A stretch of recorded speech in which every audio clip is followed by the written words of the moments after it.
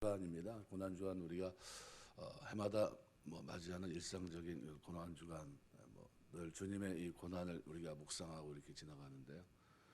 레위기 말씀은 굉장히 좋습니다. 왜냐하면 주의 고난을 내가 진짜 그 은혜에 대해서 감사하는 마음이 있다면 우리가 우리의 삶을 바꿔나가는 겁니다. 이게 바꿔나가기 때문에 구원받는 게 아니라 구원의 은혜를 베푸셨기 때문에 내 삶을, 내 몸을 좀 복종시키는 데 있어서 굉장히 요긴한 말씀들이 아니겠나 이렇게 생각이 됩니다. 그래서 저는 이번 고난주간 그냥 계속해서 레위기 말씀 우리가 묵상하는, 특별히 13장, 14장은 문둥병과 관계된 겁니다. 죄와 관계된 부분이에요. 그래서 이 부분을 계속 우리가 묵상하면 되겠다 싶어서 계속 진행하려고 합니다.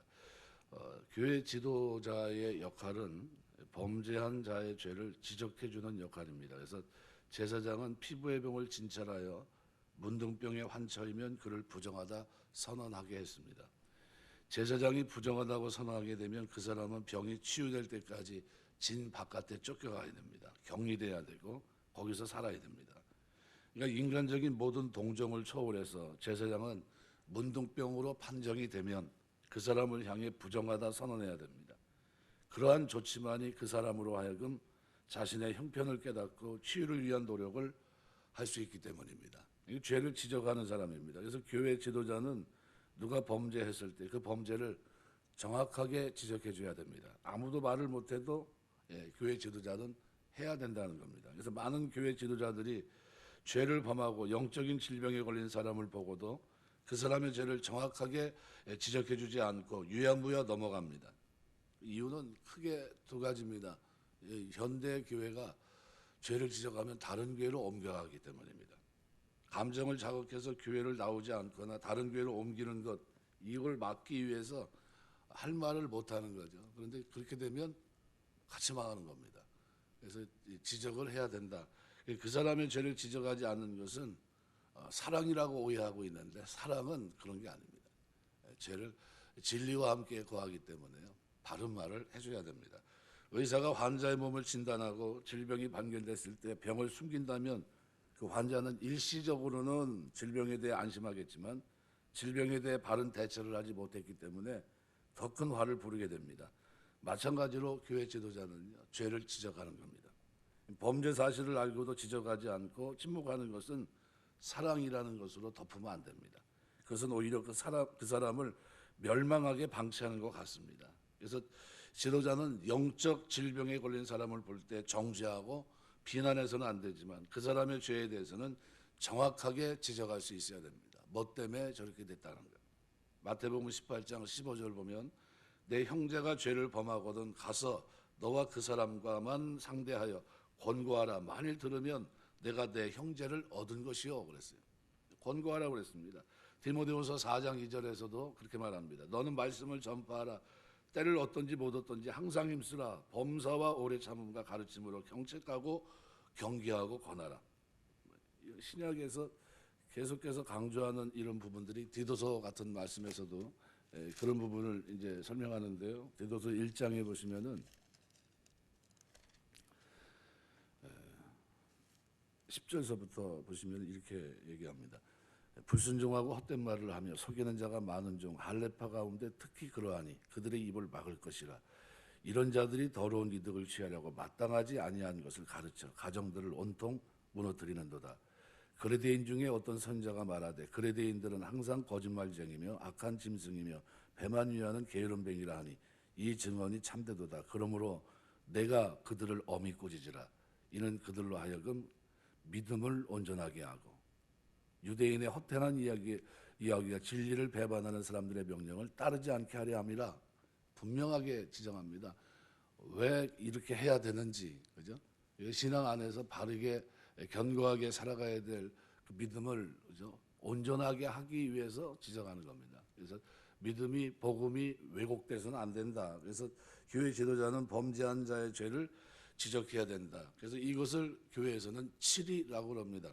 그래서 교회 이 칠의는 교회의 거룩성을 보존하기 위해서입니다. 믿음을 보존하기 위해서입니다. 제사장이 문둥병 걸린 자를 부정하다 선언해야 됐던 이유 중에 또 하나가 그 사람을 격리시켜서 이 이스라엘 공동체 내에서 문둥병자의 확산을 막아야 했기 때문입니다. 이게 문둥병이 전염병식으로 번져갑니다. 전염병이 강한 질병입니다. 그대로 두면 많은 사람이 문둥병에 걸릴 우려가 있기 때문에 격리가 필요한 겁니다. 그래서 교회가 범죄한 자에 대해서 치료를 시행해야 될 당위성과 필요성, 마치 누룩처럼 퍼져나가는 겁니다. 이렇게 힘들었던 교회가 고린도 교회입니다. 세상의 모든 죄를 안고 그 모델이 고린도 교회예요. 그것 때문에 사도 바울이 굉장히 괴로워했거든요. 그리고 그들이 회개한다고 했을 때 너무 기뻐했고, 그런 겁니다. 그래서 교회는 범죄한 자를 엄중히 치리하고 교회 안에 죄가 확산되는 것을 방지하고 성도들을 죄로부터 보호해야 됩니다. 그래서 교회의 거룩성은 자동으로 만들어지는 게 아닙니다. 교회 구성원들이 죄를 배격하고 스스로 거룩하게 지킬 때 유지할 수 있고요. 교회의 거룩성을 회복하기 위해서 먼저 7일을 정상적으로 시행해야 됩니다. 그래서 성례, 7일, 말씀의 선포, 이건 3대 요소입니다. 그러니까 교회가 살아있다, 정상적인 교회다 했을 때 이 세 가지가 있어야 됩니다. 성례, 7일, 바른 말씀의 선포. 이거 굉장히 중요한 거죠. 그래서 교회의 거룩성은 우리가 서로 노력해야 된다는 겁니다. 이것을 회복하기 위해서 7일을 정상적으로 시행해야 되고 7일 받은 자에 대해서는 교회들이 공동으로 대처하는 조치가 이루어져야 됩니다. 굉장히 무서운 겁니다. 그래서 범죄하는 것이 얼마나 심각한 결과를 초래하는지를 보여줘야 되는데, 그래서 교회는 정당한 7일을 시행하고 성도들은 교회의 권위에 인정하고 겸손하게 7일을 받아들일 때 교회의 거룩성은 보존되는 겁니다. 고린도전서 5장 12절 13절 보면 죄인들을 판단하는데 내게 무슨 상관이 있으려마는 교중 사람들이야 너희가 판단치 아니하랴. 의인들은 하나님이 판단하시려니와 이 악한 사람들은 너희 중에서 내어 쫓으라. 분명히 선을 긋고 있습니다. 디모데서 1장 20절에 보면 그 가운데 후메네오와 알렉산더가 있으니 내가 사단에게 내어준 것은 저희로 징계를 받아 회방하지 말게 하려 합니다. 내가 사단에 내어줬다 이렇게 표현합니다. 이게 우리가 어떤 7이 교회의 거룩성을 보존하기 위한 조치다라는 거예요. 그래서 교회는 말씀과 기도로 거룩해 갑니다. 그래서 그런 관점으로 보시면 좋겠고요. 또 4절에서 말씀을 쭉 보시면은 교회 7위는 신중하게 해야 됩니다. 남발하면 안 되겠죠. 그래서 이 피부의 색점이 희나 우묵하지 않고 털이 희지 아니한 자에 대해서 문둥병 여부를 진단할 때 제사장은 2주간 격리 수용 2번의 진단을 통해 심사숙고해서 정결 여부를 결정하도록 지시합니다. 그러니까 이 교회에서 어떤 사람의 범죄에 대해서 증거가 명확하지 않을 때 경과 기간을 두어서라도 심사숙고하고 정확하게 그 증거를 밝혀서 7일을 시행해야 된다는 것을 교훈해 줍니다. 세상의 법정도 심증은 있으나 물증이 없으면 정죄하지 않는 것이 통례입니다. 교회에서 사람들의 입소문으로 심증만 가지고 형제를 정죄하고 7일을 행하는 것은 합당치 않은 겁니다. 두세 증인이 있어야 된다는 거죠. 그래서 교회의 7일은 하나님의 공의를 실행하는 공적인 것이기 때문에 실수로 무죄한 죄를 정죄하는 일이 일어나게 되면 교회의 권위에 대한 공신력이 실추되기 때문에 하나님의 영광을 가리는 큰 범죄가 되는 겁니다. 그러므로 교회와 교회 지도자들은 정죄하고 치리하는 일에 한 채 오차도 없도록 철저하게 조사하고 치리해서 한 사람도 억울하게 명예를 훼손당하는 그런 마음의 상처를 입는 일이 없도록 해야 된다는 거예요. 그래서 이걸 위해서 우리 합동측 교회는 당회, 노회, 교회 3심제입니다. 그래서 당회가 그 역할을 하는 거예요. 당회가. 그러니까 장로님들을 세워서 교회 목사와 치리하는 장로로 세운 겁니다. 그래서 이 교회 전체를 돌아보면서 신방도 하고 하면서 뭐 합니까? 죄 가운데 있는지 타락하진 않았는지 이걸 보면서 어떻게 해요? 권면하고 돌이키게 하고 하는 겁니다. 갈라디아서 6장 1절 보면 형제들아 사람이 만일 무슨 범죄한 일이 드러나거든 신령한 너희는 온유한 심령으로 그러한 자를 바로잡고 너 자신을 돌아봐 너도 시험을 받을까 두려워하라.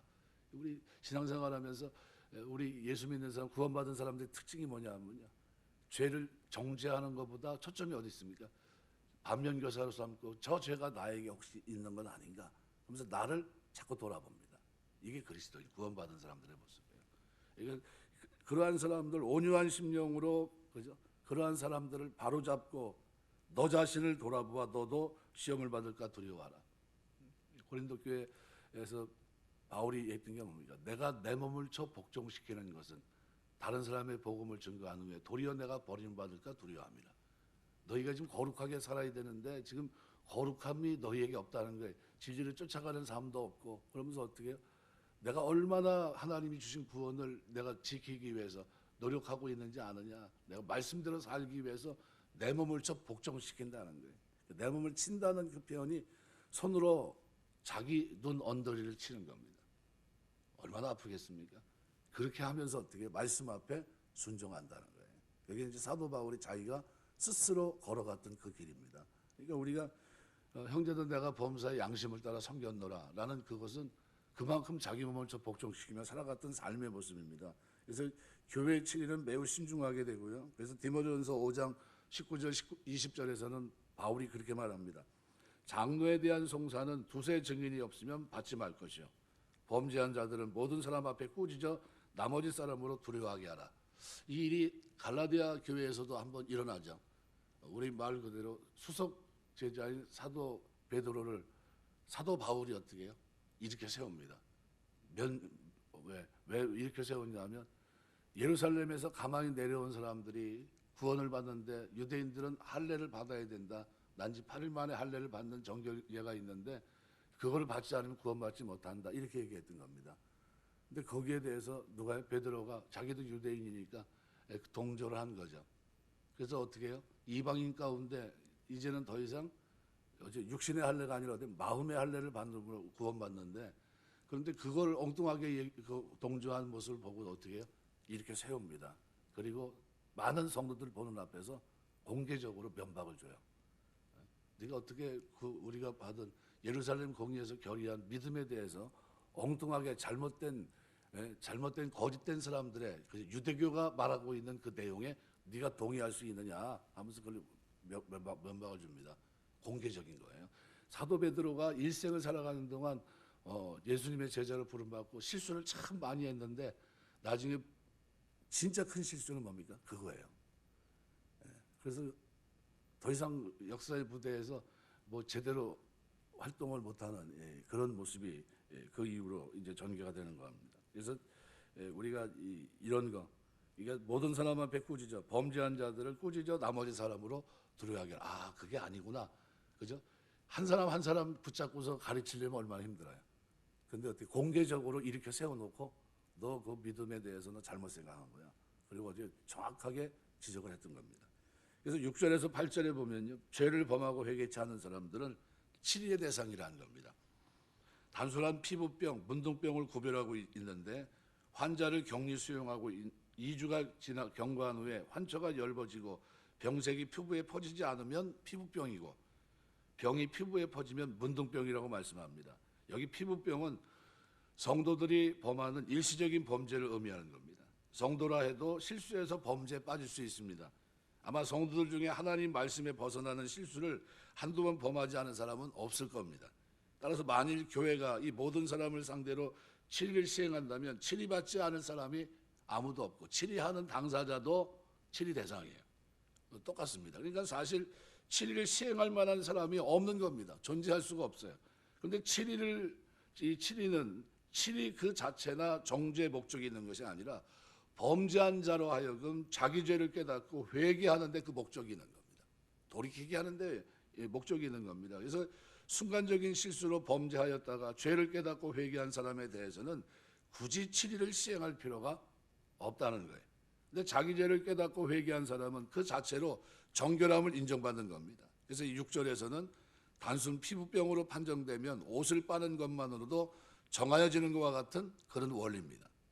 그러한 어떠한 사람을 그럼 치리 대상으로 삼아야 될까? 오늘 본문에 그것은 범죄하고도 자신의 행위가 잘못된 줄 알지 못하고 반복해서 교회의 덕을 깨뜨리고 질서를 무시하는 행동을 일삼는 사람입니다.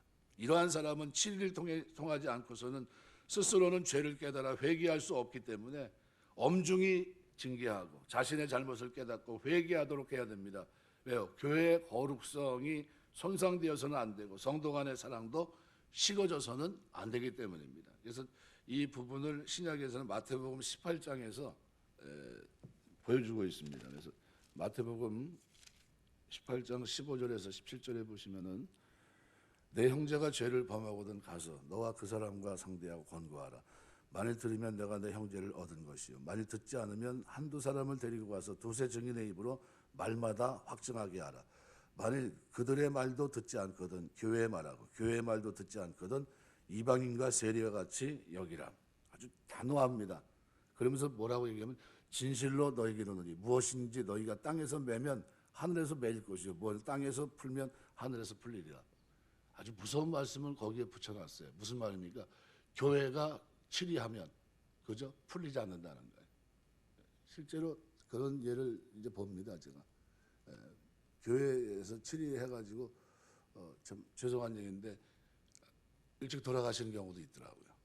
네. 교회 치리를 우습게 여기고 이렇게 했던 분이 있는데 그냥 돌아가시는 걸 봤어요. 그래서 내가 이게 무서운 거구나. 이게 우리가 생각할 때 어떤 그냥 뭐 동네에서 이렇게 이장 중심으로 해가지고 얘기하고 뭐 그러면 안 돼 뭐 이 정도가 아니구나. 하나님이 이 거룩성을 무너뜨리는 것을 엄청나게 싫어하시는구나 하는 것을 제가 이제 성장하면서 이 교회에서 하는 이 치리 같은 걸 보면서 합니다. 그래서 교회는요 치리를 잘 안 합니다. 하지만 하게 될 때는 단호합니다. 버릴 때예요. 그래서 전에 이제 제가 이제 재판국을 하면서 그 어떤 목사님이 이제 은퇴하시는데 은퇴하셔야 되는데 은퇴를 안 하고 자기는 하나님이 평생 하라고 그랬다 그래가지고 이제 문제가 돼가지고 이제 재판국이 열려서 결국은 판결해야 되는데 그걸 가서 이제 재판국 석이었으니까 가서 읽어야 됩니다. 제가 올라가서 읽으러 갔어요. 가가지고 읽으면서 이거는 하나님의 뭐 어떻게 됐든 간에 읽었거든요. 근데 며칠 있다가 뭐 금식을 하시다 뭐 어떻게 됐든 간에 한 며칠 안에 돌아가시더라고요. 아주 굉장히 큰 충격이었습니다. 사실 저에게는. 이게 그 노예가 결정한 거를 재판국에서 결정한 것을 통보한 겁니다. 교회, 개교회 성도들 앞에 가서 강대상에서 올라가서 재판국 결과 이거는 잘못된 거다. 목사님이 결정하고 쫓아가는 모든 사람 잘못된 거다. 함께했던 장로님이 급성 간암으로 돌아가셨어요. 깜짝 놀랐습니다. 멀쩡했던 사람이. 그리고 그 목사님 돌아가시고 뭘 본 거냐면 치리의 무서움을 본 겁니다. 이게 이런 거구나. 제가 그 가서 말하기 전에요. 전화로 한 30분은 통화했을 겁니다. 제발 목사님 생각을 돌이켜달라고. 목사님 이거 돌이키지 않으면 가서 읽어야 됩니다. 근데 너무 완강하고 뭐 방법이 없어요. 그래서 혹시 문제가 생길까봐 막 그랬는데 제가 이제 올라가서 읽고 며칠 안 돼서 돌아가셨어요. 제가 이 얘기를 하는 겁니다. 이게 뭐 그냥 구약에 있었던 얘기를 그냥 대충 하나 보다 이런 게 아니라요. 현재 우리가 살아가는 일상 속에서도 그런 일들이 지금 일어나고 있다는 거예요. 현재형입니다. 그래서 여러분 우리 신앙생활하면서 죄는 멀리하고 그죠? 하나님의 뜻대로 하나님 말씀대로 거룩하게 살려고 몸부림치는 이 삶이 오늘 그리스도인 삶입니다. 왜 그렇게 삽니까? 하나님이 나를 구원하셨기 때문에요. 이 구원에 합당한 아름다운 거룩함과 성결함이 저와 여러분의 삶 속에 늘 충만케 되시길 주의 이름으로 축원합니다. 기도하겠습니다. 한 번뿐이 없는